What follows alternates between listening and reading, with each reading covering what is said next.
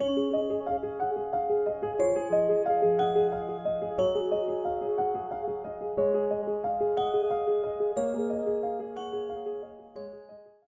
चतुर्सत्य है वैदिक साहित्य का। बहुत ही इंफॉर्मेटिव है ये।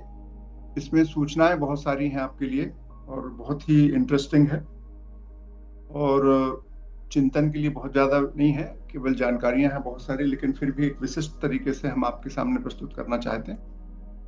तो सबसे पहले आज का शांति पाठ। ओम अस्तो मा सद्गमय तमसो मा ज्योतिर्गमय मृत्युर्मामृतं गमय शांति शांति शांति। हे परमेश्वर, मुझे असत्य से सत्य के मार्ग पर ले चलो। अस्तो मां सद्गमय, तमसो मां ज्योतिर्गमय, अज्ञान रूपी अंधकार से ज्ञान रूपी प्रकाश की ओर ले चलो। मृत्यु मामृतम गमय, मृत्यु से अमृत्यु की ओर ले चलो। त्रिविध तापों की शांति हो। ओम सहनावतु सहनो भुनक्तु सह वीर्यं करवावहै तेजस्विनावधीतमस्तु मा विद्विषावहै। ओम शांति शांति शांति। हे परमेश्वर, हम श्रोता वक्ता साथ साथ आगे चलें, आगे बढ़ें इस ज्ञान के मार्ग पर। हम दोनों जिस विद्या का अध्ययन कर रहे हैं उसका फल हम दोनों को मिले, वो हम दोनों का उस विद्या से पोषण हो। हमारा किया हुआ अध्ययन तेजस्वी प्रभावशील हो, हम एक दूसरे की शक्ति बने, हम दोनों में परस्पर द्वेष ना हो, हमारा वातावरण और हमारा मन शांत और निर्मल हो, त्रिविध ताप की शांति रहे, कोई हमारे इस कार्यक्रम में बाधा उत्पन्न ना हो। ये सद्कामना हमारे वैदिक ऋषियों ने अपने अपने ग्रंथों को लिखते समय की है। अगला जो चरण है हमारा परंपरा का, कि हम गुरु वंदना करते हैं। यद्यपि अद्वैत में शिष्य और गुरु के बीच में कोई भेद नहीं है, लेकिन प्रारंभिक समय में कुछ हमें ऐसा जरूर महसूस होता है कि गुरु की आवश्यकता होती है। और आजकल जिस तरीके की तकनीकी है, उस तकनीक से हम अनेक गुरुओं का से संपर्क कर सकते हैं। तो गुरु वंदना। सदाशिव समारंभाम शंकराचार्य मध्यमाम अस्मदाचार्य पर्यंताम वंदे गुरु परंपराम। शंकरम शंकराचार्यम केशवम बादरायणम सूत्र भाष्य कृतौ वंदे भगवन्तौ पुनः पुनः। भारतीय समाज महाकाल को, शिव को, शंकर को आदि गुरु के रूप में पूजता है, इसलिए हम शुरू करते हैं सदाशिव समारंभम। भगवान शंकर से जो गुरु परंपरा प्रारंभ होती है, जिसके बीच में 8वीं सदी में शंकराचार्य जी आए, और उसके बाद और अनेक विद्वजन हुए जिनसे यह श्रृंखला चलती रही, हमारे गुरु हुए। उन सबको हम प्रणाम करते हैं।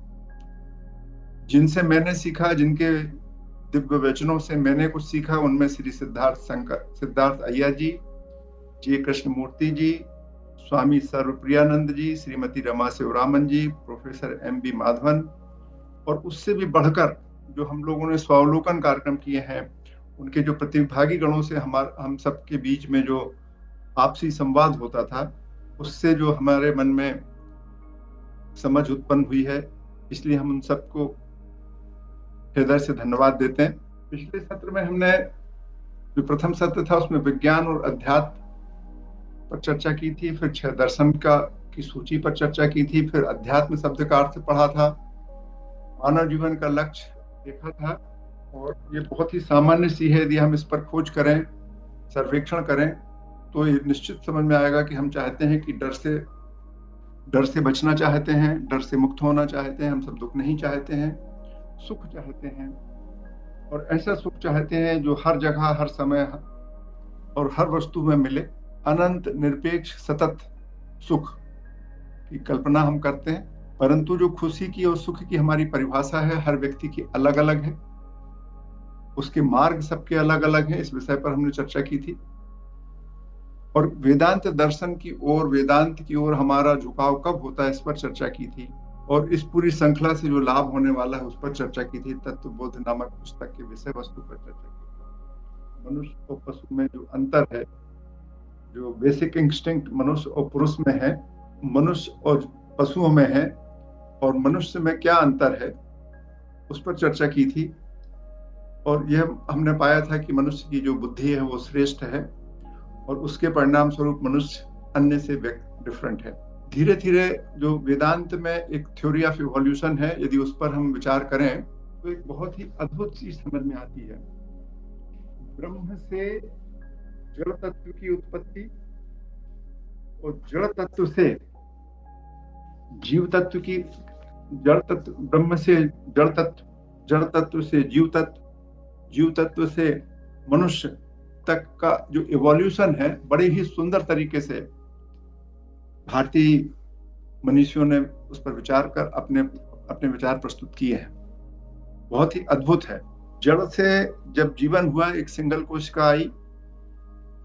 आपको बड़ा जानकर आश्चर्य होगा कि जब आज से 400 करोड़ वर्ष पूर्व करीब जब पृथ्वी का निर्माण हो रहा था, तो पृथ्वी पर केवल एक ही तत्व था। यह पूरी दुनिया में एक ही तत्व था, पूरे ब्रह्मांड में, अलग अलग गैलेक्सीज में उनके आपस में घर्षण होते होते होते होते पृथ्वी बनी। पृथ्वी में भी एक ही तत्व था, उसमें चलते चलते चलते आपसी घर्षण होते होते अब तक जो हमारी रसायन शास्त्र की तालिका है, पदार्थ तत्वों की तत्व तालिका, क्या बोलते हैं उसको, टेबल बोलते हैं, मेंडलीव टेबल, और जो भी आधुनिक टेबल है, उसमें 96 के आसपास, 9600 के आसपास ओरिजिनल तत्व हैं, और बाकी सब रेडियो एक्टिविटी के कारण मानव निर्मित तत्व हैं। तो 96 तत्व एक तत्व से बने, आपस में घर्षण होते होते, मतलब एक ही प्रकार का द्रव्य था सब। उस समय ऐसा 400 करोड़ वर्ष पूर्व की स्थिति विज्ञान समझता है। तो उस एक तत्व से बहुतत्व हुए, बहुतत्व से जीव तत्व उत्पन्न हुआ, अमीबा पैदा हुई, एक सिंगल कोशी जीव उत्पन्न हुआ। उसके बाद धीरे धीरे धीरे प्रोग्रेस करते हुए वनस्पति हुई। वनस्पति के बाद एक इंद्रिय वाले जीव पैदा हुए, फिर 2 इंद्रिय वाले हुए, फिर 3 इंद्रिय वाले हुए, फिर 4 इंद्रिय वाले हुए। वनस्पति, वनस्पति के बाद छोटे मोटे कीड़े मकोड़े, उसके बाद अन्य कीड़े मकोड़े, फिर पशु, और फिर मनुष्य। तो जो मैमल्स हैं उन सबकी 5 इंद्रियां हैं, मनुष्य की भी 5 इंद्रियां हैं भौतिक रूप से, और एक 6वीं इंद्रिय का विकास चल रहा है इस समय।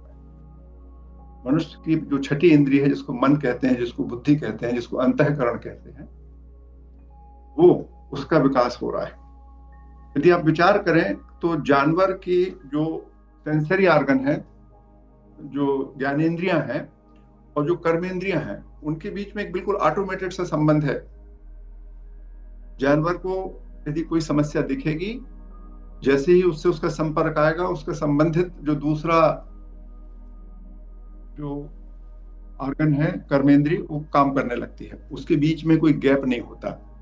लेकिन मनुष्य के बीच में ज्ञानेंद्रियों से जो जानकारी मिलती है, उसके मन नाम की एक जो इंद्रिय है, जिसको हम 6ठी इंद्रिय या अति इंद्रिय कहते हैं, उसमें उसकी प्रोसेसिंग होती है, और फिर उसका रिस्पॉन्स हर मनुष्य का हर दृश्य को लेकर अलग हो जाता है, और वो अलग अलग समय पे उत्पन्न होता है। तो ये एक बड़ा इंटरेस्टिंग किस्म का है। तो ये छठी इंद्रिय जो है मन, पूरा मन दर्पण कहलाए। ये जो मन है, यदि आप मन को समझ गए तो आप मनुष्य को समझ जाएंगे, और मनुष्य को समझ गए तो आप ईश्वर को समझ जाएंगे। ये बड़ी इंटरेस्टिंग चीज है।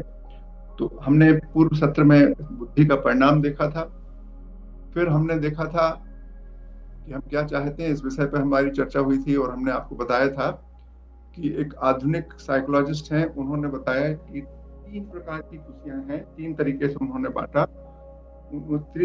3 प्रकार की, या 3 एक के बाद एक स्तर हैं, 3 स्तर हैं।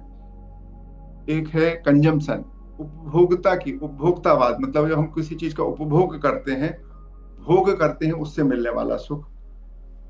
फिर हम किसी एंगेजमेंट में, जब हम कोई अच्छा काम करते हैं अपने जीवन के लिए, परिवार के लिए, एक समृद्ध लाइफ प्राप्त करने के लिए, तो पहला है प्लेजेंट लाइफ, मींस अर्थ प्राप्ति, भोग प्राप्ति, जो शरीर को सुख दे।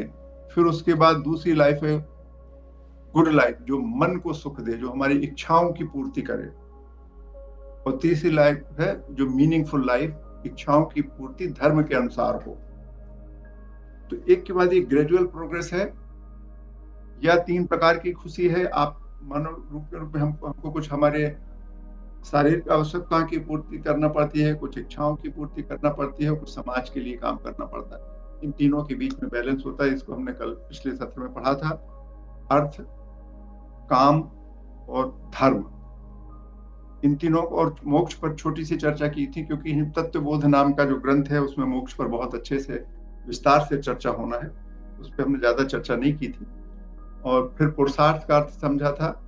हम तेजी से निकल रहे हैं क्योंकि पुरुषार्थ बहुत इंपॉर्टेंट है। इस पे हम लोगों ने पढ़ा था कि पुर धन ईस, धन अर्थ, पुरुषार्थ।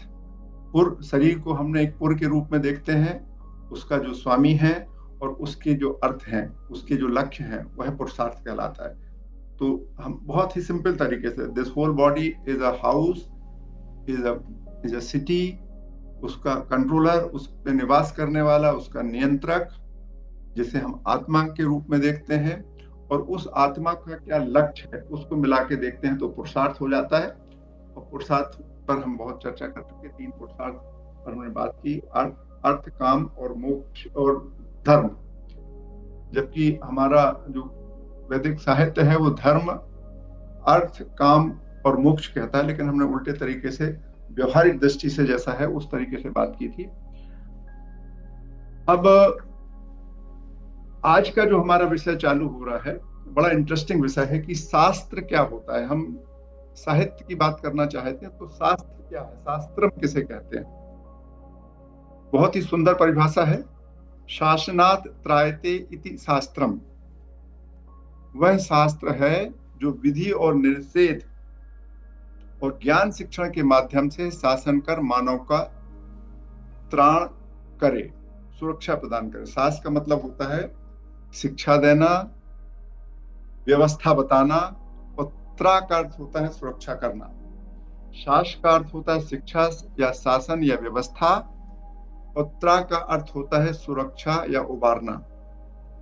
तो शिक्षा देकर उबारना, व्यवस्था देकर उबारना का मतलब होता है शास्त्र। शिक्षा किस बात की, कि क्या करना है और क्या नहीं करना है। डूज एंड डोंट्स का हमको बताकर हमारे लिए एक अच्छे जीवन की व्यवस्था करना शास्त्र का काम है। हमारे जीवन को सुरक्षित करना शास्त्र का काम है। शास्त्र का अर्थ है जो प्रारंभ में निर्देश प्रदान करे और बाद में शिक्षित करे, अर्थात हमें समझदार बनाए। शास्त्र दिशा निर्देश तथा शिक्षा के माध्यम से मानव को सभी प्रकार की मानवीय समस्याओं से सुरक्षित करता है। क्योंकि ये निर्देश और शिक्षा देकर मानवता की रक्षा करते हैं, इसलिए शास्त्र कहते हैं। तो ये पूरी शास्त्र की परिभाषा है। और शास्त्र की परिभाषा जो वैदिक साहित्य है, वैदिक शास्त्र जो है, उसका सबसे ऊपर जो चीज है वो है वेद। ये भारतीय वैदिक साहित्य का मूल है, वेद। उसके बाद सूत्र, स्मृति, वेदांग, उपांग, उपवेद इत्यादि ग्रंथ हैं, जिनको हम बोलते हैं स्मृति ग्रंथ। इसके बाद जो ग्रंथ हैं वो कहलाते हैं इतिहास ग्रंथ, रामायण, महाभारत, और एक महाभारत का एक और सहायक ग्रंथ है हरिवंश। तो ये 3 हुई। और इसके बाद अगले ग्रंथ हैं पुराण, और उसके बाद अगले ग्रंथ हैं भाष्य या प्रकरण ग्रंथ। तो ये भारतीय साहित्य, वैदिक साहित्य का स्वरूप है। इसी को हम बहुत ध्यान से आज पढ़ने वाले हैं, समझने वाले हैं। और पूरा का पूरा जो वैदिक साहित्य है वह संस्कृत में है। ये एक बड़ी इंपॉर्टेंट चीज है, मूल वैदिक साहित्य संस्कृत में है। अब हम इसको आगे एक के बाद एक चीजों को पढ़ेंगे और उनको समझेंगे कि उनकी क्या मीनिंग है। तो वेद को हम श्रुति भी कहते हैं, और इसके 4 हिस्से हैं, अपन बार बार पढ़ने वाले हैं। तो वेद का पहला हिस्सा संहिता होती है। अपौरुषे नित्य ब्रह्म ज्ञान का आधार है ये। और जो 4 वेद हैं उनके अलग अलग विषय हैं मोटे तौर पर। ऋग्वेद ज्ञान को पे बात करता है प्रमुख रूप से, यजुर्वेद कर्म पर बात करता है, सामवेद उपासना पर, अथर्ववेद लोक जीवन पर। इस तरीके से मुझे समझ आया। इसके बाद ब्राह्मण ग्रंथ हैं जो वेदों का हिस्सा ही कहलाते हैं, लेकिन मूल जो हिस्सा है वो श्रुति है, संहिता है। दूसरा हिस्सा उसका ब्राह्मण है। इसमें जो विभिन्न प्रकार के कर्म कांड हैं उनका विवरण है, यज्ञों की विधि दी गई है, विभिन्न प्रकार के देवताओं की भूमिका और सामाजिक अनुष्ठानों का विवरण है। इसके बाद जो ग्रंथ हैं वो कहलाते हैं आरण्यक या अरण्यक। ये ब्राह्मण ग्रंथों से आगे बढ़कर ध्यान, तप, आत्मचिंतन की ओर ले जाते हैं, उपासना की विधि बताते हैं। जीवन के तृतीय आश्रम में इनका काम शुरू होता है जब हम वानप्रस्थ में रहते हैं। ये वनवासियों और ऋषि गणों की गूढ़ साधना का परिणाम है। और आगे जब बढ़ता है ये ग्रंथ, उसको हम कहते हैं उपनिषद।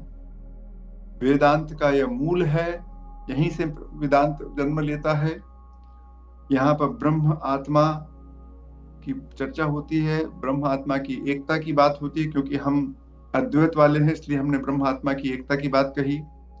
बहुत सारे और वेदांत के मत हैं, अद्वैत, द्वैत, विशिष्टाद्वैत आदि के बीज भी इसी ग्रंथ में है, इन्हीं ग्रंथों में है। और इन्हीं ग्रंथों में जो हमने शुरू में विज्ञान और ज्ञान की बात की थी, जो पराविद्या और अपराविद्या की बात की थी, तो इन्हीं उपनिषदों में पराविद्या का चरम उत्कर्ष है। इसके बाद स्मृति ग्रंथ है। स्मृति ग्रंथ का जो पहला हिस्सा है जिसको हम वेदांग बोलते हैं, हम इनको बार बार आएंगे, मैं आपको बार बार इस तरीके से बता रहा हूं कि आपको समझ में आए। वेदांग जो है वो वेदांग वेदों का स्वरूप, संरक्षण और व्याख्या हेतु है।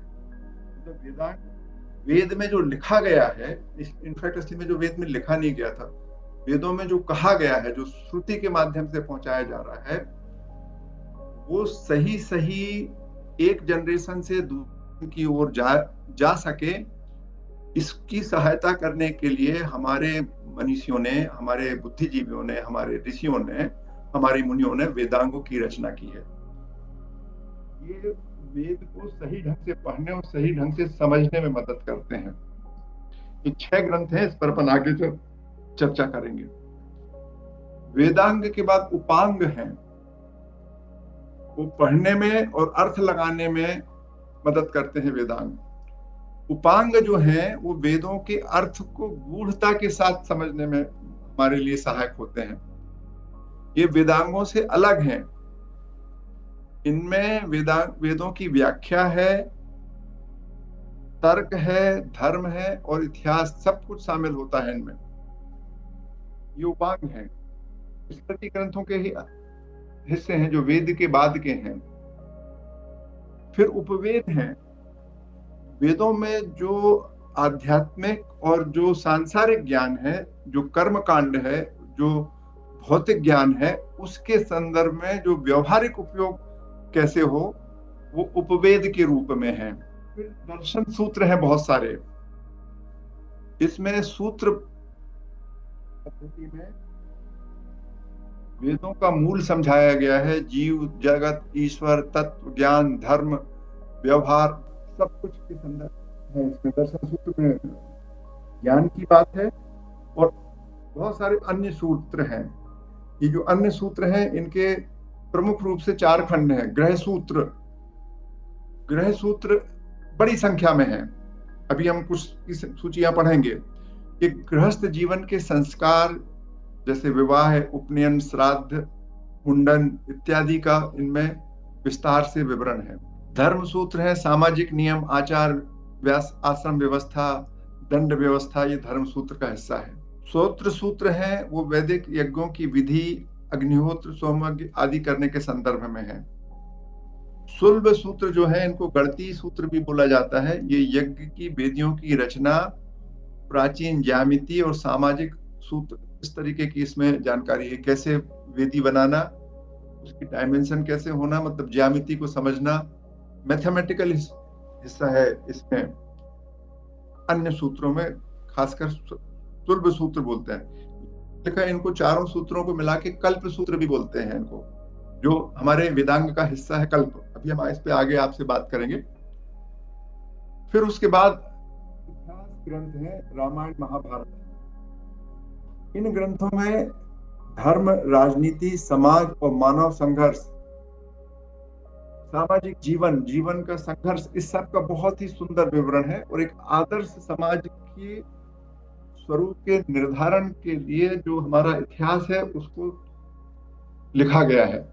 ये जो पाश्चात्य जगत में इतिहास लिखने का जो तरीका है उसमें व्यक्तियों को और घटनाओं को महत्व देते हैं, और भारतीय इतिहास लिखने का जो तरीका है, खासकर वैदिक कालीन इतिहास लिखने का जो तरीका था, जिसमें रामायण और महाभारत प्रमुख रूप से लिखे गए ग्रंथ हैं, ये उन घटनाओं के निष्कर्ष और उनका विश्लेषण करते हुए आगे बढ़ते हैं, ताकि हमारे जीवन में एक सातत्य बना रहे। जो घटनाएं हुई हैं उनसे हम कुछ सीख कर आगे बढ़ें, शिक्षण भी करते हैं। और इसलिए हमारे जो महाभारत, हमारे जो इतिहास ग्रंथ है रामायण और महाभारत, वो आज भी बहुत प्रासंगिक हैं। ये बड़ी इंटरेस्टिंग है, इस चीज को समझना है। जो बाकी जो दूसरे क्षेत्रों में लिखी गई वहां इस तरीके की स्थिति नहीं है। हमारा इतिहास ग्रंथ लिखने का तरीका बिल्कुल अलग था।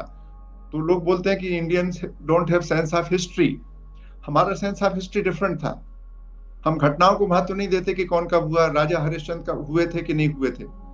उन्होंने एक सच बोलने वाले व्यक्ति की कहानी बताई कि सच बोलने में क्या होता है, सच बोलने के क्या परिणाम हो सकते हैं दैनिक जीवन में, और अंततः क्या परिणाम होंगे।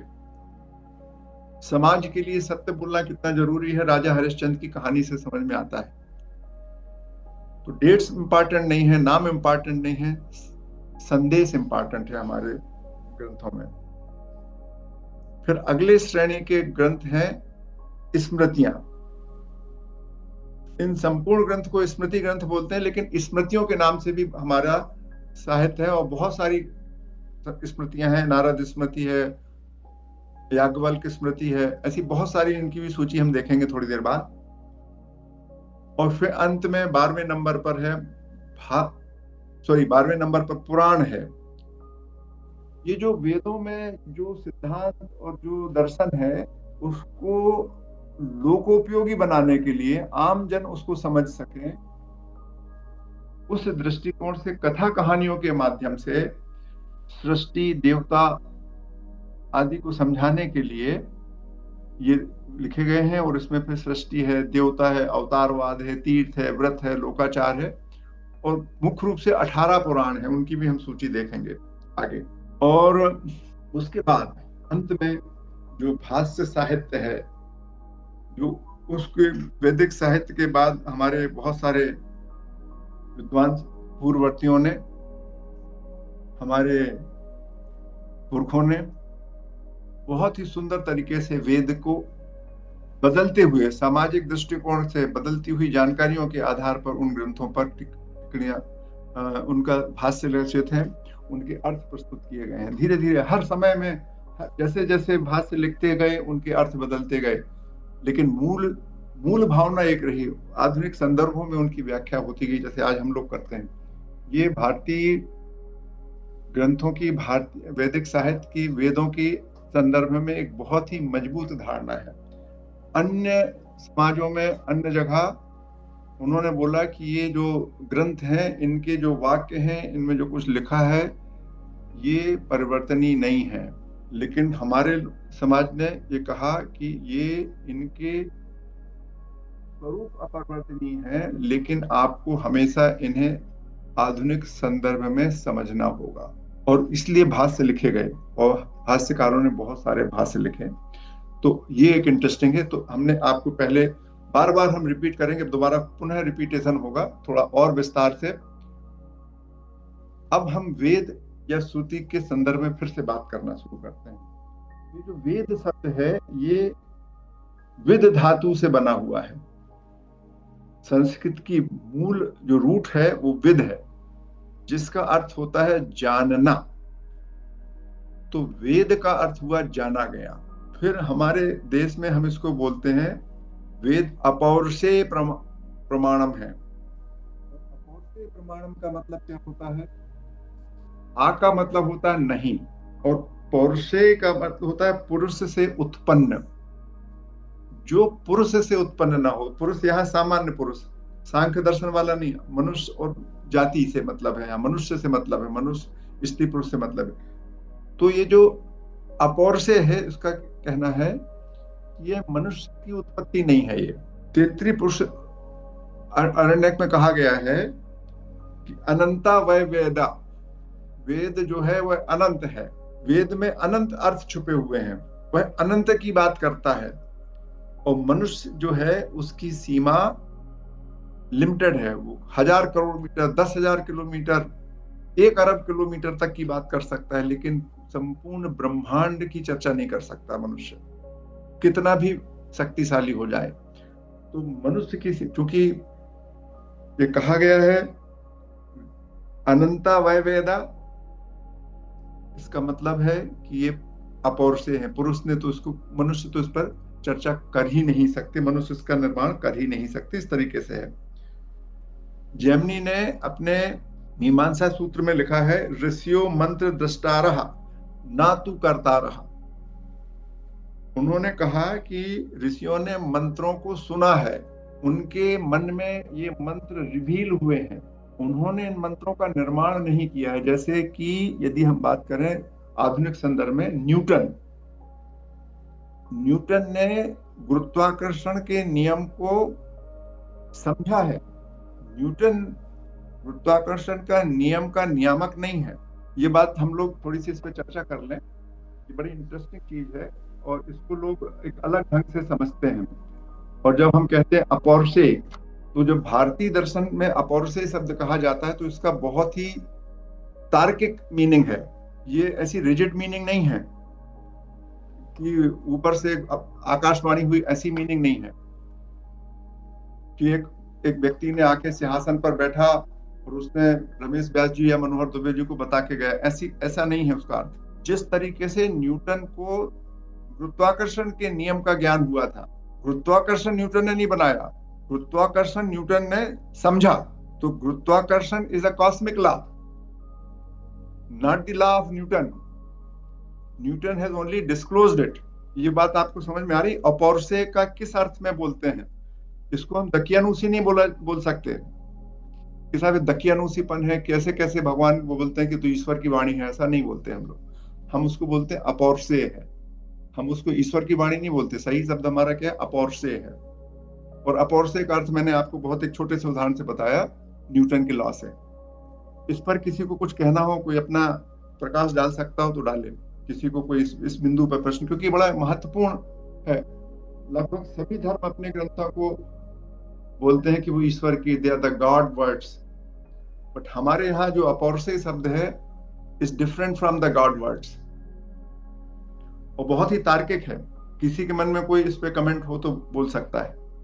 सर इसका मतलब जैसे भूत, भविष्य और वर्तमान की सारी अवस्थाओं को एक समय में एक के द्वारा जानना, मतलब कि शक्ति से, मतलब साधारण शक्ति की तो बात ही नहीं, एक अलग शक्ति की बात है जो ईश्वर की शक्ति या भगवान की ज्ञान की शक्ति कह सकते हैं। एग्जैक्टली असली में वर्तमान, भूत और भविष्य को जानने जैसी कोई बात ही नहीं है। वो तो जब आप इसको आगे पढ़ेंगे तो वो हमारा दर्शन ये कहता है कि वर्तमान, भूत और भविष्य जो है यह माया का प्रकल्प है। हाँ। आपकी मानसिक धारणा है। Time is product of mind, तो ये माइंड के कारण पैदा होता है, अदरवाइज टाइम नाम की कोई चीज नहीं है। एक अलग ढंग से चर्चा होगी। यहाँ जब हम बात कर रहे हैं अपौरुषेय है का मतलब है, बिल्कुल एग्जैक्टली आप समझिए कि न्यूटन का लॉ कहलाता है गुरुत्वाकर्षण का नियम, लॉ ऑफ ग्रेविटेशन। तो लॉ ऑफ ग्रेविटेशन से न्यूटन का क्या संबंध है? हाँ, मतलब एग्जिस्टेंस तो उस चीज का पहले से था, न्यूटन ने जाना है। तो जो बातें हमारे वेदों में कही गई हैं उनका एग्जिस्टेंस पहले से है, सच में है, और हमारे उन व्यक्तियों ने उनको जाना है, उनको जान लिया है, उनको जाना गया है उनके द्वारा, है ना? उनके द्वारा निर्मित नहीं किया गया। जो तर्क शास्त्र में कुछ चीजें होती हैं तर्क से, जैसे आपने बोला कि भोपाल से जबलपुर का रोड बनाया गया है तार्किक तरीके से, लेकिन ये जो है जन्म मरण के चक्र से मुक्ति होने का जो मार्ग है, ये जाना गया है, ये बनाया गया नहीं, इस तरीके की बात है। तो वेद अपौरुषेय हैं, इसका मतलब है क्या? इसका मतलब है अपौरुषेय जो मानवीय बुद्धि से उत्पन्न ना हुआ हो, प्रकृति में उपलब्ध है और इनका एहसास होता है। दे आर एग्जिस्टिंग, हम उनको समझते हैं। It is not a new creation कि आपने एक वृक्ष के लकड़ी काटी और उससे टेबल बना ली, वैसा नहीं है ये। तर्क शक्ति से बना हुआ ज्ञान नहीं है ये सीधा का सीधा एज इट इज ऋतम सत्यम, जो है वही सत्य है, वैसा है ये। तो अपौरुषेय का है जो मानवीय बुद्धि से उत्पन्न ना हुआ हो, और प्रमाण का अर्थ है ज्ञान। तो ये अपौरुषेय प्रमाण हम हैं वेद हमारे। वेद को श्रुति कहते हैं क्योंकि गुरु उपदेश श्रुते इति श्रुति, क्योंकि हम एक के बाद एक गुरु से सुनते चले आ रहे हैं, इसलिए हम इनको श्रुति कहते हैं। आगे फिर वही हमने बताया, वेद मनुष्य की बुद्धि का परिणाम नहीं है, वे ऋषियों द्वारा समझे गए हैं, उनका एहसास किया गया है, जाने गए हैं। और इसके अतिरिक्त, वेदों के अतिरिक्त सभी साहित्य वेद पर आधारित हैं। जो वेदों में लिखा गया है वहीं से जो कुछ मूल तत्व हैं उन पर तर्क वितर्क करते हुए, उनका विश्लेषण खंडन मंडन करते हुए बाकी साहित्य लिखा गया है। और वेद श्रुति परंपरा से संधारित है, इसलिए जैसे हमने आपको शुरू में बताया था कि वेद सुनाते सुन एक दूसरे को कहते कहते, इसलिए शिक्षा जो है हमारे, अभी वेदांग जब हम पढ़ेंगे तो शिक्षा है art of pronunciation, science of pronunciation, उच्चारण का विज्ञान। शिक्षा के नाम से, जो एजुकेशन नहीं है, जो वेदांग में जब हम पढ़ेंगे तो ये जो शिक्षा है इसके माध्यम से उच्चारण को निश्चित किया गया। तो यद्यपि हिंदी दक्षिण भारत का व्यक्ति और उत्तर भारत का व्यक्ति अलग अलग टोन में बोलता है, लेकिन यदि दोनों क्षेत्र के विद्वान पंडित हैं तो दोनों का वेद मंत्र का उच्चारण एक सा होता है, क्योंकि उनके उच्चारण के लिए एक बहुत ही डिटेल्ड इंस्ट्रक्शंस हैं, बहुत ही डिटेल, जिसमें कब किस शब्द पर कहाँ कितना जोड़ देना है, कितना प्रेशर लगाना है, कितना दीर्घ और लघु करना, सब उसमें बताया गया होगा। तो ये हमारी बात थी। इसके बाद अगला जो इंटरेस्टिंग चीज है, अब हम आपको बताते हैं जो वेद है। वेदों को 2 या 3 प्रकारों से विभाजित किया जाता है। तो ये 4 वेद हैं। ये मंत्रों की संख्या मैंने कहाँ से लिखी थी, मैं उनके रेफरेंस भूल गया, इसलिए उनको आप मत माने। ऋग्वेद छंद के रूप में है, यजुर्वेद गद्य के रूप में है, सामवेद गीतों के रूप में है, और अथर्ववेद गद्य के रूप में है। जो संख्या मंत्र वगैरह की लिखी है इसको आप छोड़ दीजिए, कुछ गलती हो गई है मेरे से, इसलिए उसको मैं नहीं स्पष्ट कर पा रहा हूं। और इन वेदों को, प्रत्येक वेद के 4 खंड हैं, संहिता, ब्राह्मण और अरण्यक, जैसा मैंने आपको पहले बताया था। और एक और दूसरे तरीके से विभाजन होता है, वो है पूर्व भाग जिसको कर्म कांड कहते हैं, और वेदांत भाग जिसको ज्ञान कांड बोलते हैं। अंत भाग और पूर्व भाग, उत्तर भाग और पूर्व भाग। पूर्व भाग को वेद पूर्व भाग कहते हैं, जहां कर्म कांड का विवरण है, और वेद अंत भाग उसको ज्ञान कांड बोलते हैं। तो ऐसे 2 तरीके से विभाजन है। संपूर्ण वेद के 4 खंड हैं, प्रत्येक खंड के फिर 4 खंड हैं, और संपूर्ण वेदों को 2 खंडों में भी बांटा जाता है। इस तरीके से भी वेद का विवरण है। अब हम धीरे धीरे जो बात थी उस पर आगे बढ़ते हैं। क्या है वेदांग? मतलब जो पिछले स्क्रीन में हमने देखा था, ऋग्वेद, मतलब संहिता, ब्राह्मण, अरण्यक और उपनिषद, और 5वां नंबर है वेदांग का। वेदांग में पहला वेदांग है शिक्षा। वहां पर जो वेदों में उसका लिखा हुआ है वो शिक्षा लिखा हुआ है, लेकिन जो क्लासिकल संस्कृत या हिंदी है उसमें शिक्षा नहीं, शिक्षा बोलते हैं। क्योंकि हम वेद को संशोधित नहीं करते, इसलिए हम वहां पर उसको शिक्षा ही बोलते हैं वेद में, लेकिन क्लासिकल लैंग्वेज में वो शिक्षा हो जाता है। और ये जो शिक्षा नाम का ग्रंथ है, शिक्षा नाम की जो विधि हमारा विषय है, ये उच्चारण और ध्वनि विज्ञान का विषय है। फिर व्याकरण है, ये भाषा और व्याकरण आप हम लोग सब समझते हैं, हिंदी ग्रामर, इंग्लिश ग्रामर, वो उसी तरीके का है। कैसे वाक्य बनते हैं, कैसे छंद बनते हैं, कैसे उनके रूपक, अलंकार, समास वगैरह वगैरह, वो सब व्याकरण में आता है। निरुक्त जो है, ये भारत की एक बहुत ही इंटरेस्टिंग ब्रांच है, जो मुझे लगता है, मैंने नहीं पढ़ा, मैं इसमें बहुत बड़ा, क्योंकि मैं भाषा विज्ञानी नहीं हूं, लेकिन मुझे ऐसा लगता है कि जो निरुक्त में जो बात कही गई है शब्दों की उत्पत्ति के संदर्भ में, वैसी बात अन्य भाषाओं में बहुत बाद में आई है। फिर ये अगला ग्रंथ छंद के रूप में जाना जाता है, इसमें छंद और मात्राएं हैं, मीटर्स बोलते हैं उसको, किस तरीके से मतलब दोहा चौपाई हिंदी में होती है, वहां पर अनुष्टुप छंद, गायत्री छंद इस तरीके से आते हैं। ज्योतिष, ये खगोली काल गणना से संबंधित, किस समय कौन सा काल हो रहा है। और कल्प जो है वो यज्ञ और विधि संबंधी नियम है, कल्प सूत्र। और भी एक कल्प सूत्र, इस तरीके से वेदांग 6 हैं, शिक्षा, व्याकरण, निरुक्त, छंद, ज्योतिष और कल्प। अभी इस पर और आगे बात होगी एक राउंड और। फिर उपांग है, ये वेदों के अर्थ को स्पष्ट करने वाले ग्रंथ हैं। तो धर्मशास्त्र, धर्मशास्त्र की विषय वस्तु क्या है, किस तरीके से आचरण होना चाहिए, किस तरीके का व्यवहार होना चाहिए, किस तरीके से दंड न्यायपालिका काम करेगी, किस तरीके से विवाह की पद्धतियां होंगी, उत्तराधिकार कैसे होगा। तो मनु, याज्ञवल्क्य, नारद आदि ने लिखा हुआ है इस पर। मीमांसा, मीमांसा का मतलब होता है एपिस्टेमोलॉजी, शब्दों का अर्थ निकालने की तरीका। तो वेदों की व्याख्या, इसको मीमांसा बोलते हैं। तो पूर्व मीमांसा के नाम से जैमिनी ने लिखा हुआ है, और जैमिनी ने भाषा का, वेदों के मंत्रों का, वेदों के शब्दों का अर्थ किस तरीके से लगाया जाए, ये जैमिनी ने बताया है। और उसी प्रणाली का उपयोग करते हुए बाद में बादरायण जी ने वेदांत मीमांसा लिखी, मतलब उपनिषदों की व्याख्या की है उसी व्यवस्था का उपयोग करते हुए। और मीमांसा के पहले भी हमारे बहुत सारे जो न्याय शास्त्री थे, गौतम नाम के ऋषि थे, उन्होंने न्याय सूत्र लिखा था, जो तर्क का विषय है, जो प्रमाण, तर्क और अनुमान पे बात करता है। फिर पुराण भी इसमें शामिल होते हैं उपांग में, जो वेदों को सरल भाषाओं में बताते हैं, 18 पुराण है। और इतिहास एक मतलब नाम हुआ कि ये सब, ये पांचों उपांग के नाम से भी जाने जाते हैं, अलग अलग तरीके से, अलग अलग संदर्भ में। फिर अगले हैं उपवेद, ये वैदिक ज्ञान के व्यवहारिक उपयोग के लिए है, मतलब आयुर्वेद चिकित्सा संबंधी ज्ञान है। तो वेदों में जो चिकित्सा संबंधी ज्ञान है उसको समझने के लिए आयुर्वेद लिखा, आयुर्वेद नामक ग्रंथ बना। उसमें स्वास्थ्य, चिकित्सा, जीवन विज्ञान से संबंधित परंपरा अनुसार, ये अथर्ववेद का हिस्सा है आयुर्वेद। और इसके जो प्रमुख ग्रंथ हैं आयुर्वेद से संबंधित, वो है चरक संहिता और सुश्रुत संहिता, और भी बहुत सारी संहिता, घमंड संहिता, वो पता नहीं क्या क्या है, धुरन, घरण संहिता, वो आपको जो जानते होंगे आयुर्वेद वाले वो बताएंगे।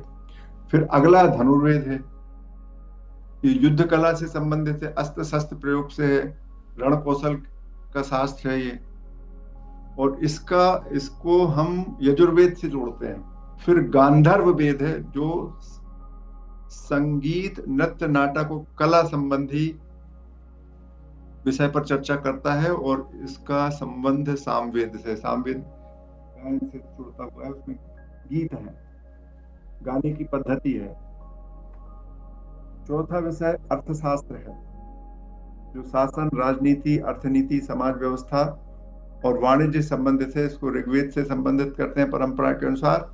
और अगला है स्थापत्य शास्त्र, कुछ लोग केवल अर्थशास्त्र लिखते हैं, कुछ लोग स्थापत्य शास्त्र लिखते हैं, इसमें कोई कम ज्यादा करते हैं। तो ये 5 हमारे उपवेद हैं। ये साइंटिफिक है, ये इन पे जो चर्चा है ये भौतिक चर्चा है, भौतिक जीवन की, जड़ तत्वों की, पदार्थों की चर्चा है, इसमें भौतिक जीवन की चर्चा है इन ग्रंथों में। दर्शन सूत्र, दर्शन सूत्र जो है ये वेदांत कहलाते हैं। वेदांग मतलब ये दर्शन सूत्र है जो भारत की 6 ज्ञान वैदिक परंपरा है उनके संदर्भ में, वैदिक 6 दर्शन है उनके सामने। सांख्य सूत्र है, इसका नाम है विषय सांख्य दर्शन, इसके लेखक हैं कपिल मुनि। और यहाँ पे प्रकृति और पुरुष का द्वैत और सृष्टि की प्रक्रिया और मोक्ष का मार्ग यहाँ पर बताया गया है एक विशिष्ट तरीके से, पुरुष और प्रकृति के संदर्भ में उन्होंने बताया। ब्रह्म सूत्र जो है वो वेदांत दर्शन कहलाता है, इसके रचयिता वेदव्यास या महर्षि बादरायण है। और चूंकि उन्होंने ब्रह्म सूत्र लिखा है, उनको हम वेदव्यास जी को केशव से भी तुलना करते हैं वहां पर। तो ये उपनिषदों के अद्वैत सिद्धांतों की सूत्रात्मक व्याख्या है, खासकर ये वेदांत सिद्धांतों की, केवल अद्वैत की नहीं है। इसी वेदांत दर्शन के आधार पर द्वैत, अद्वैत, विशिष्ट अद्वैत, जितने भी वेदांतिक दर्शन है सब इसी से निकलते हैं। फिर एक और है योग सूत्र, ये महर्षि पतंजलि ने लिखा हुआ है, और ये अष्टांग योग का विवरण करता है सूत्र भाषा में। फिर न्याय सूत्र है जिसको गौतम ऋषि ने लिखा है, ये तर्क की बात करता है, कैसे तर्क चलते हैं, प्रमाणों की विवेचना करता है, तर्क प्रमाणों की विवेचना करता है। फिर वैशेषिक सूत्र है, ये एक तरीके की फिजिक्स केमिस्ट्री है, कणाद ऋषि ने लिखी है, पदार्थ के गुण क्रिया आदि के विश्लेषण पर आधारित है।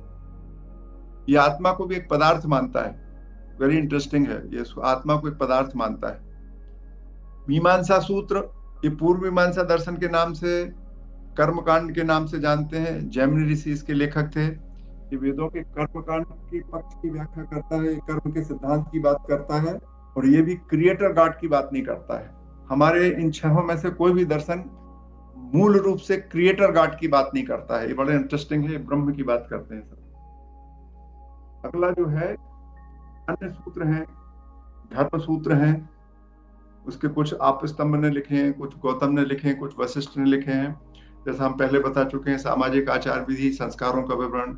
ग्रह सूत्र हैं, आशुलायन, गोभिल आदि नाम के ऋषियों ने लिखे हैं, इनकी सूचियां और आगे दी हैं। सोत्र सूत्र है, कात्यायन सांख्यायन ने लिखा है, इसमें यज्ञ कैसे करते हैं उनका विवरण है। सुल्भ सूत्र वही है कि वैदिक ज्यामिति कैसे वेदियों की रचना होगी, किस तरीके से उनकी कितनी साइज रख रहे हैं तो कितनी लंबाई कितनी चौड़ाई होगी, वो गणना करने का तरीका बनाए। यदि 1 फुट की चौड़ाई है तो लंबाई कितनी होगी, 2 फुट की लंबाई है तो चौड़ाई कितनी होगी, 5 फुट की चौड़ाई रखी है तो लंबाई कितनी होगी, कितनी भुजाएं होंगी, इस तरीके का सुल्भ सूत्र में है। वास्तु सूत्र भवन निर्माण के संदर्भ में ज्ञान है। काम सूत्र आप जानते हैं, बड़ा फेमस है, एक उदात्त समाज की चर्चा करता है, काम प्रेम दाम्पत्य जीवन, इस संदर्भ में लिखा हुआ सूत्र है वात्सायन ऋषि द्वारा। फिर प्रमुख स्मृतियां, जैसे हमने आपसे बोला था, मनु स्मृति, याज्ञवल्क्य स्मृति, विष्णु स्मृति, नारद स्मृति, बृहस्पति स्मृति, पाराशर स्मृति, गौतम स्मृति, वशिष्ठ स्मृति और देवल स्मृति, इनके सबके विषय मैंने बाजू में लिखे हैं। मनु स्मृति धर्म वर्ण व्यवस्था दंड विधान आदि पर है। याज्ञवल्क्य स्मृति विधि आचार प्रायश्चित दाय अधिकार मतलब उत्तराधिकार आदि पर गुण विवेचन है। विष्णु स्मृति में धार्मिक अनुष्ठानों तीर्थों व्रतों पर विवरण है। ये मैंने उसके संदर्भ अलग अलग जो है, ये बहुत डिटेल में हमारा सब्जेक्ट नहीं है, बाकी इस श्रृंखला का है, लेकिन चूंकि हम वेद से बात कर रहे हैं तो हमने आपको ये 10 प्रमुख रूप से सभी ग्रंथों के हमने आपको विवरण दिए हैं। फिर इसके बाद भाष्य श्रेणी के ग्रंथ हैं, उनको जो टीकाएं लिखी गई हैं वेदों के विभिन्न हिस्सों पर, उनको बोलते हैं भाष्य, वर्तिका, टीका, टिप्पणी, परिभाषिक विवेचन, न्याय दीपिका, वृत्ति, अनुवाद। हम इनके कुछ आपको उदाहरण आगे बताएंगे।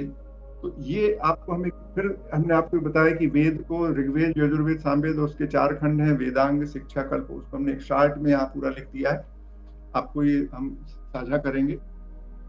और देखिए, अब आपसे मैंने बोला था जो भाष्य ग्रंथ हैं उनकी विभिन्न है, तो भाष्य जैसे ऋग्वेद भाष्य, यजुर्वेद भाष्य सायणाचार्य जी ने लिखा है, जो विजयनगर किंगडम के प्रधानमंत्री भी थे और वहां के विद्वान थे।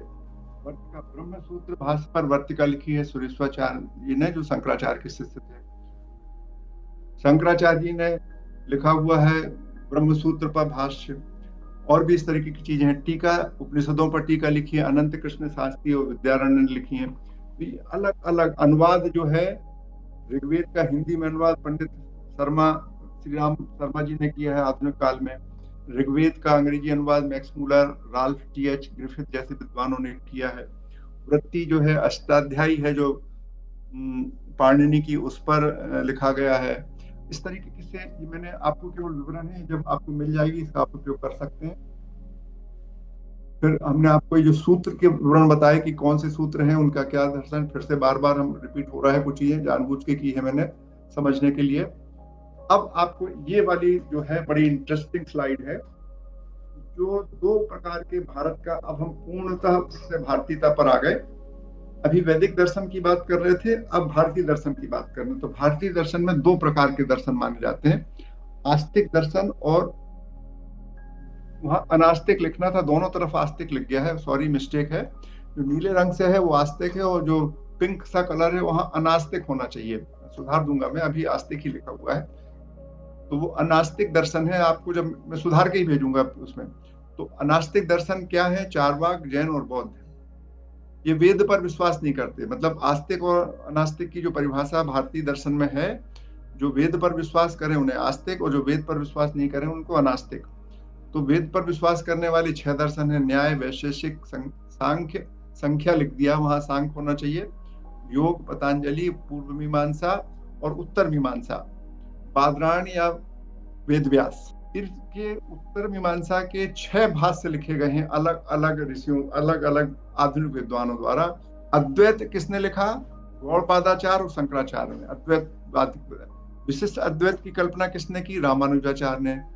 द्वैत की चर्चा किसने की? माधवाचार्य ने। द्वैताद्वैत की निम्बिकाचार्य ने। शुद्धाद्वैत की वल्लभाचार्य ने और चैतन्य की। तो मैंने वो आस्तिक दर्शन को नीले कलर से बनाया हुआ है, तो हम आस्तिक दर्शन, उत्तर मीमांसा और उसमें अद्वैत दर्शन पर बात करेंगे। और अनास्तिक दर्शन में चार्वाक, जैन और बौद्ध हैं, और बौद्ध दर्शन में भी 4 हिस्से हो गए बाद में। जैन में भी 2 हो गए, श्वेतांबर और दिगंबर, और हो सकता कोई और भी हो, लेकिन बौद्ध में 4 प्रमुख विचारधारा है।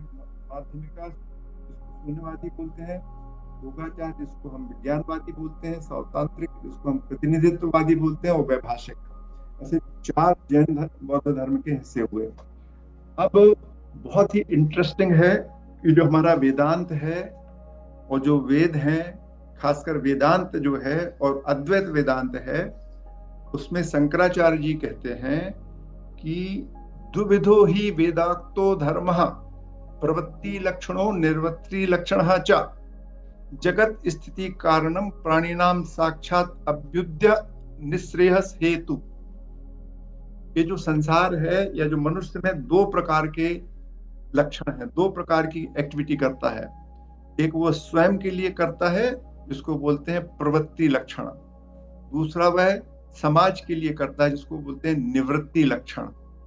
और ये दोनों ही जगत का और संसार को विकास के लिए जरूरी है, अभ्युदय और मोक्ष के लिए जरूरी है दोनों। वेदोक्त धर्म 2 प्रकार का है, एक प्रवृत्ति रूप, दूसरा निवृत्ति रूप, जो जगत की स्थिति, जो जगत का कारण है और प्राणियों की उन्नति और मोक्ष का हेतु है, कारण है, हेतु मीन्स है, उनके उपकरण है। फिर इन्होंने आगे बताया केवल प्रवृत्ति मार्ग की सीमा, यदि आप केवल प्रवृत्ति, केवल आप अपने बारे में सोचेंगे, केवल आप भौतिकता के बारे में सोचेंगे, तो भौतिकता के 3 प्रॉब्लम है जो मैं आपसे पहले भी चर्चा कर चुका हूं। चूंकि अब हम अपने विषय की ओर पहुंच रहे हैं, इसलिए मैं इसको फिर से बोल रहा हूं कि जो भौतिक वाद है या जो भौतिक मार्ग है, जो भौतिकता का मार्ग है, उसकी 3 किस्म की समस्याएं स्पष्ट हुई हैं। एक है कि आप भौतिकता से कभी भी संपूर्ण तुष्टि प्राप्त नहीं कर सकते, आपको हमेशा अतुष्टि, अतृप्ति का भाव बना रहेगा, और उसमें जब भी आपको सुख मिलेगा उसके साथ साथ दुख की संभावना बनेगी। जैसे आपको धन कमाना है तो धन के लिए परिश्रम लगेगा, तो सीधे सीधे धन नहीं मिल सकता, कुछ लोगों को मिल जाता है तो उसकी सुरक्षा की दिक्कत होती है। और सुख आने के बाद दुख भी आता है, आपको उसकी सुरक्षा की चिंता होने लगती है, आपको उसके उत्पादन की, उसके संधारण की चिंता होने लगती है। तो सुख हमेशा दुख के साथ आता है, और भौतिकता के साथ हमेशा बंधकत्व होता है। जैसे जब मोबाइल आया, तब तक मोबाइल नहीं था, तब तक आप बिना मोबाइल के चल सकते थे, लेकिन जैसे ही मोबाइल आया तो mobile has become bonded on you. बिना मोबाइल के आपका जीवन दुष्कर हो गया। और मानव का निवृत्ति के प्रति गमन बहुत ही स्वाभाविक प्रक्रिया है। यदि आपको ये 3 चीजें समझ में आ जाए, then you will try to go through the route of निवृत्ति, यानी आप फिर सामाजिक दृष्टिकोण से काम करेंगे। और इसके बाद हम आज का हमारा कार्यक्रम ओम पूर्णमदः पूर्णमिदं पूर्णात् पूर्णमुदच्यते पूर्णस्य पूर्णमादाय पूर्णमेवावशिष्यते। ओम शांति शांति शांति। नमस्कार पाटीदार। नमस्कार सर, बहुत ज्यादा जानकारी सर, बहुत कम समय में आपने सर हमें बताई। वैसे तो इतना ज्यादा हमें याद रख पाना या समझ पाना बहुत कठिन है सर, फिर भी सर इतने सारे ग्रंथ और बहुत सारी चीजें हैं, शायद एक जीवन में पढ़ भी पाए ये भी संभव कठिन ही दिख रहा है। इसमें कुछ मुख्य ग्रंथ होंगे जो हमें आज के परिप्रेक्ष्य में जो है ठीक मतलब हमें पढ़ना ही चाहिए, ऐसा कुछ आप जो है मार्गदर्शन देंगे तो दे ही रहे हैं वैसे तो आप। निश्चित तौर पे हम लोग चर्चा करेंगे। असली में इसमें विभिन्न प्रकार की, जैसे 6 प्रकार के दृष्टिकोण हैं भारत में, जी 6 दर्शन हैं। तो आपको उन 6, जैसे मैंने आपसे जो दिखाई थी पीपीटी, मैं आपको फिर से साझा करता हूँ 1 मिनट के लिए, और जी। उस पे हम आपको कोशिश करेंगे दिखाने की कि जिसको षड दर्शन भी बोलते हैं हम लोग। नहीं, हम आपको थोड़ा सा फिर से बताना चाहेंगे जी कि हम क्या कह रहे हैं आपसे। जब हमने आपको ये वाली स्क्रीन दिखाई थी, जी जी इस स्क्रीन में देखिए कि हम आपसे, देखिए यदि हम ये 6 के 6 दर्शन, न्याय, वैशेषिक, सांख्य, योग और पूर्व मीमांसा, या फिर चारवाक, जैन और बौद्ध सब पढ़ने लगेंगे तो नहीं। तो हम आस्तिक दर्शन में उत्तर मीमांसा का अद्वैत वेदांत शंकराचार्य जी की इस धारा को हम पसंद कर रहे हैं, तो हम इस धारा को पढ़ेंगे। जी जी। कोई भी कोई आप धारा चुनकर उस धारा को जो आपको प्रारंभिक रूप से अच्छी लग रही हो, उस दृष्टिकोण से आगे बढ़ें। तो इसमें पढ़ने के लिए, आस्तिक दर्शन को पढ़ने के लिए 3 महत्वपूर्ण, मतलब जो ग्रंथ हैं वेदांत को पढ़ने के लिए, गीता, उपनिषद और ब्रह्म सूत्र। और इनको स्टार्ट करने के लिए जो ग्रंथ है पहला, वो है तत्वबोध। तो अपन तत्वबोध की चर्चा कर रहे हैं। वो तत्वबोध की चर्चा करते करते मैं आपको, कंपल्सरी स्टडी है जिससे आपको एक महत्वपूर्ण इस विषय में जो अद्वैत वेदांत है उसकी समझ पैदा हो सकती है। उस पर हम चर्चा करेंगे, या खासकर जीव जगत के संदर्भ में जो समझ पैदा होना चाहिए, आपकी एक स्पष्ट समझ पैदा करने के लिए क्या करना चाहिए। जो एक मुक्तिका उपनिषद है जिसमें भगवान राम और हनुमान का संवाद है, और हनुमान जी पूछते हैं कि मैं कैसे सब चीजों को समझूं, तो बोलते हैं कि आप केवल मांडुक्य उपनिषद पढ़ लीजिए। फिर वो कहते थे मांडुक्य उपनिषद ना कर पाए तो उन्होंने फिर 11 उपनिषद के नाम बताए। फिर भी ना कर पाए तो कहले फिर जिंदगी भर पूरे 108 उपनिषद पढ़िए। वो भी ना पढ़ पाए तो पूरा वेदांत पढ़िए, पूरा वैदिक साहित्य पढ़िए। तो वो नहीं हो पाता। एक और कहानी इस तरीके से आती है, किसी कृषि की 100 साल हो गए, 1 जन्म हुआ, 2 जन्म हुआ, 3 जन्म हुआ, नहीं पढ़ पाए। तो आपको अपने स्वभाव के अनुरूप, अपने प्रवृत्तियों के अनुरूप किसी एक लाइन को पकड़कर सिस्टमेटिकली, जैसे मान लीजिए आप फिजिक्स पढ़ रहे हैं ना, तो आपको फिजिक्स ही पढ़ेंगे। ऐसा तो नहीं कि फिजिक्स के साथ केमिस्ट्री भी पढ़ेंगे। एमएससी पीएचडी करते करते आपका सब्जेक्ट एक हो जाता है। शुरू में आपको सारे सब्जेक्ट पढ़ाए जाते हैं। उसी तरीके से मैंने आपको अभी सारे ग्रंथों का विवरण दिया।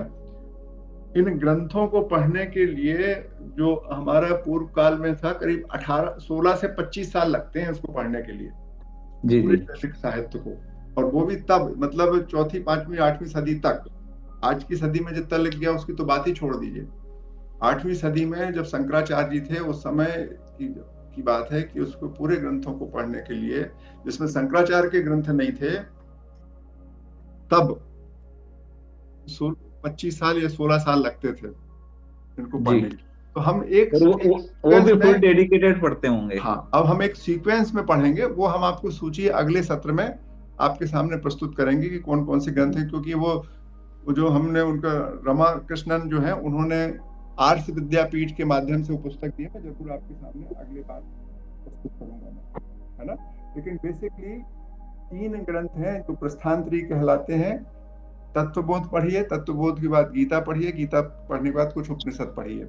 4-5 उपनिषद महत्वपूर्ण है। उसमें से कठोपनिषद है, केन उपनिषद है। इस तरीके से हम आपको जो 5, 6, 7 उपनिषद पढ़ना चाहिए वो बताएंगे।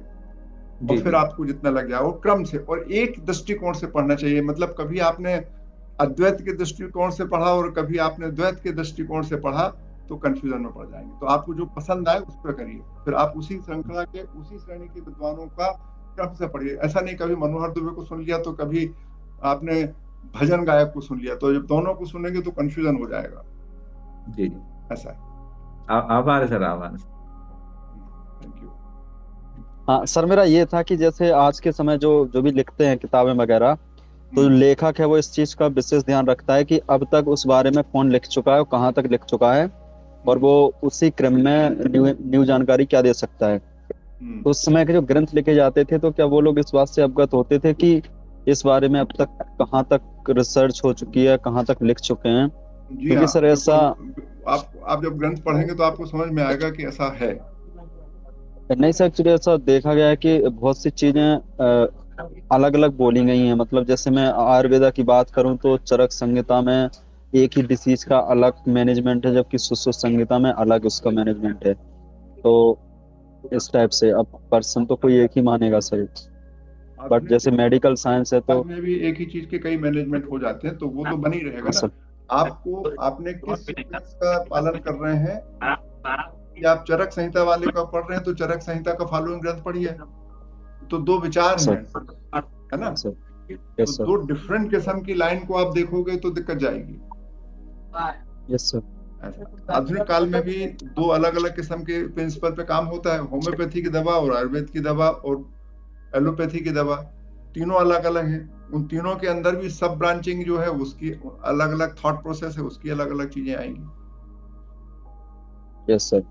हाँ, तो वो वही तो मैं भी थोड़ी देर पहले बोल रहा था कि आपको विशिष्ट रूप से जो परा ज्ञान है, आत्मज्ञान है, उस विषय पर किसी एक लाइन को पकड़ के पढ़ना पड़ेगा, समझना पड़ेगा।